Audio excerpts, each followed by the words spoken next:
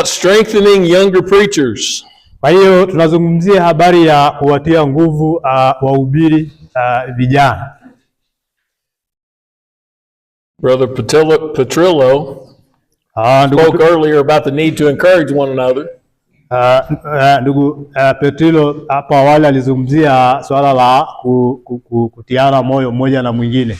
And just as he had a mentor in his early days of preaching, I did as well. Na kama vile ambavyo yeye alikuwa na mtu aliyekuwa anamwelekeza alipokuwa kijana, naye pia alikuwa naye. But we want to look at what Paul said to Timothy to encourage him as a young preacher. Lakini tunataka kuona yale mambo ambayo Paulo anasema kwa Timothy ili kumtia moyo kama kijana mhubiri. So let me suggest there will be 4 things. Sasa tutakuwa na mambo manne. There are many more things in this short passage, but we have time for I think these 4. Kuna mambo mengi kwenye kifungu hiki ambacho tutaenda kujifunza kwayo, lakini tutajifunza mambo manne tu. So if you have your Bible, turn to 1 Timothy chapter 4. Kwa hiyo kama una Biblia yako, fungua kitabu cha Timotheo ile sura ya 4.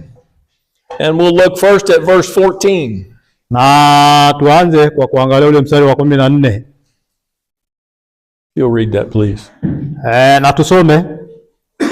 Usiache kuitumia karama ile iliyomo ndani yako, uliopewa kwa unabii na kwa kuwekewa mikono ya wazee. Paul says Timothy had been entrusted with a gift.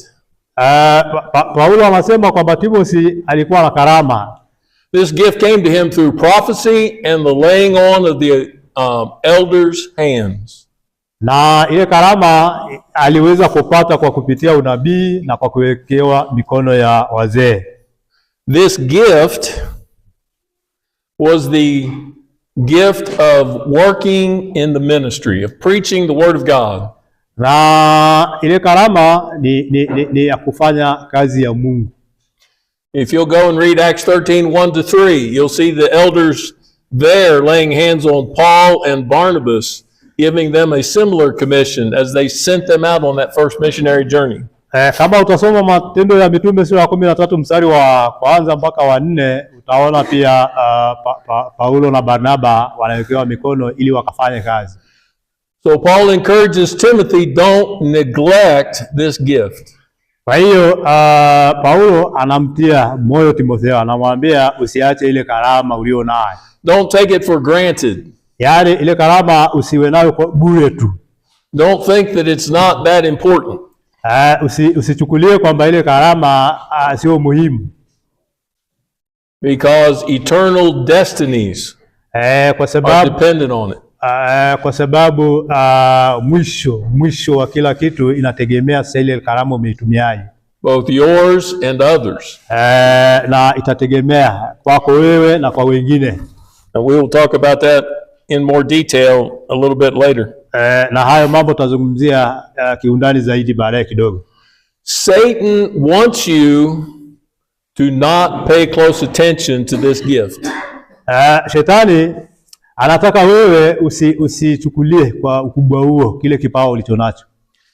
If you read the book of 2 Corinthians, kama utasoma kitabu cha Wakorinto wa pili, you'll find where Paul suffered greatly. Utaona mahali ambapo Paulo aliteseka kweli kweli. Chapter 11 verses 22-24. Ile sura ya 11 mstari wa 22 hadi 24. Satan and his servants were doing all they could to try and get Paul to quit.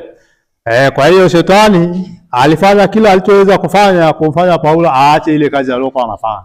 He says 5 times. Anasema mara 5.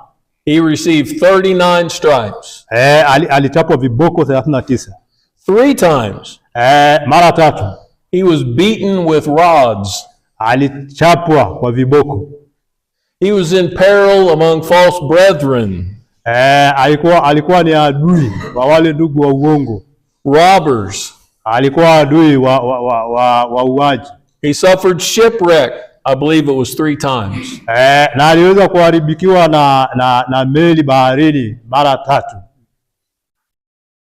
Paul continued on.